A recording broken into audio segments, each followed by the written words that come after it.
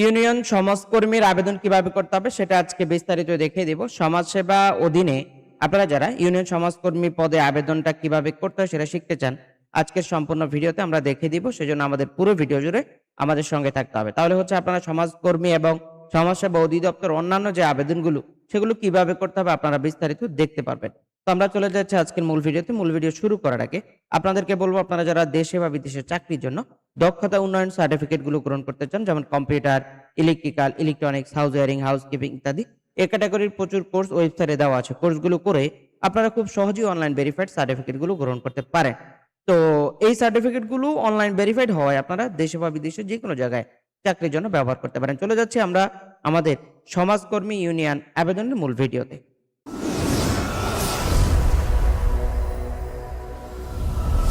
তো সমাজকর্মী ইউনিয়নে আবেদন করার জন্য আপনারা হচ্ছে সার্কুলারে যে ওয়েবসাইট, সেই ওয়েবসাইটে আপনাকে যেতে হবে। তো এই ওয়েবসাইটে যাওয়ার জন্য আপনারা আমাদের ডিসক্রিপশন থেকে লিংক ফলো করতে পারেন, অথবা সার্কুলারের মধ্যে যে লিংকটা দেওয়া আছে সেটাও কপি করতে পারেন। তো আমরা ডিসক্রিপশনে দিয়ে রাখবো আপনাদের সুবিধার্থে। তো লিংকে ক্লিক করার সাথে সাথে হচ্ছে আপনাকে এখানে নিয়ে আসবে। এখানে আসার পরে হচ্ছে আপনাকে দিতে হবে অ্যাপ্লিকেশন ফর্ম, এখানে দিবেন। এখানে আসার পরে হচ্ছে অ্যাভেলেবেল সার্কুলার্স আপনারা হচ্ছে এখানে চেক মার্ক করে দিবেন। এখানে চেক মার্ক করে আমরা হচ্ছে নেক্সটে চলে যাব। নেক্সটে আসার পরে হচ্ছে আপনারা দেখতে পাচ্ছেন এখানে প্রচুর পরিমাণে পদ আছে। আপনারা যে পদের জন্য আবেদন করবেন আপনারা হচ্ছে সেটা এখান থেকে ক্লিক করতে হবে। আমরা এখানে পদের নামটি সিলেক্ট করে নেক্সটে চলে আসবো। এখানে আসার পর আমরা দেখতে পাচ্ছি premium member of all job. আপনি যদি অল জবের মেম্বার হন তাহলে ইয়েস দিবেন, না হলে নো দিয়ে আপনি হচ্ছে নেক্সটে চলে যাবেন। তো আমরা এখান থেকে প্রথমে নামটা ইংরেজিতে লিখে দিব। আপনারা হচ্ছে আপনাদের মতো করে লিখে দিবেন। আমরা হচ্ছে নামটা লিখে দেব ইংরেজিতে। তারপরে বক্সে আমরা দিতে হবে নামটা বাংলায়, যিনি অ্যাপ্লিকেশন করবেন তার নামটা এখান থেকে দিতে হবে। নাম লিখে দিচ্ছি বাংলায়। তারপর হচ্ছে পিতার নামটা দিতে হবে এখানে ইংরেজিতে। আমরা পিতার নাম দিয়ে দিব বাংলায়।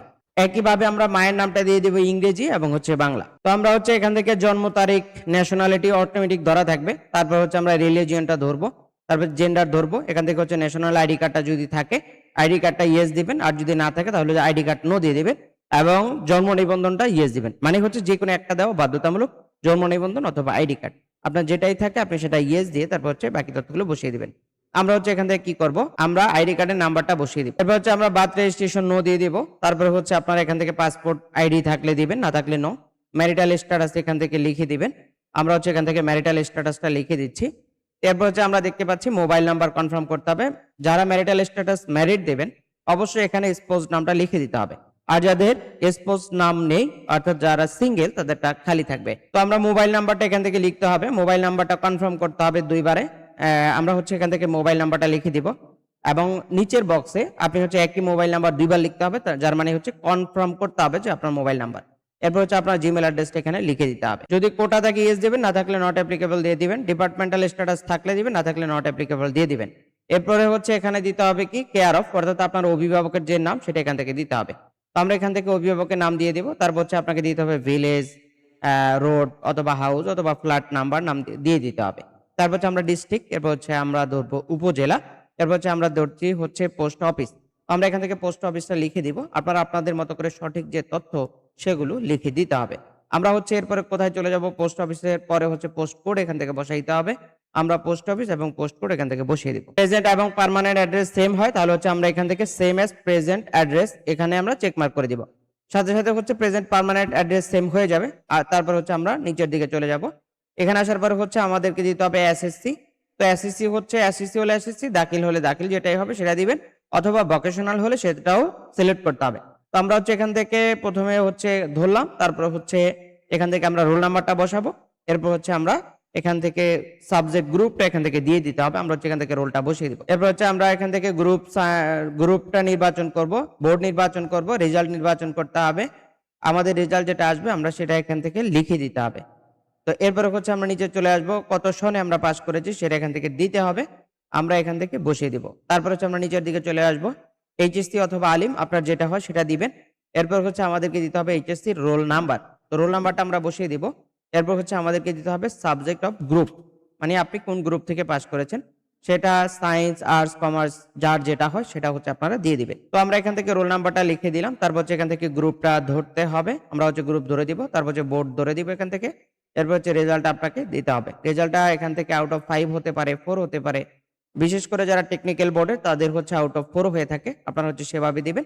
তো এখান থেকে হচ্ছে আমরা এখান থেকে সাল নির্বাচন করব, সেটা এখান থেকে বসিয়ে দিব। সাল নির্বাচন করে বসিয়ে দিয়ে নিচের দিকে চলে আসবো। আপনাদের যদি গ্র্যাজুয়েশন লেভেল থাকে দিবেন, না থাকলে না, এটাও ঐচ্ছিক। যেহেতু ইন্টারমিডিয়েটের কোটা, এটা হচ্ছে আপনারা ঐচ্ছিক, দিলে দিতে পারেন, না দিলে না।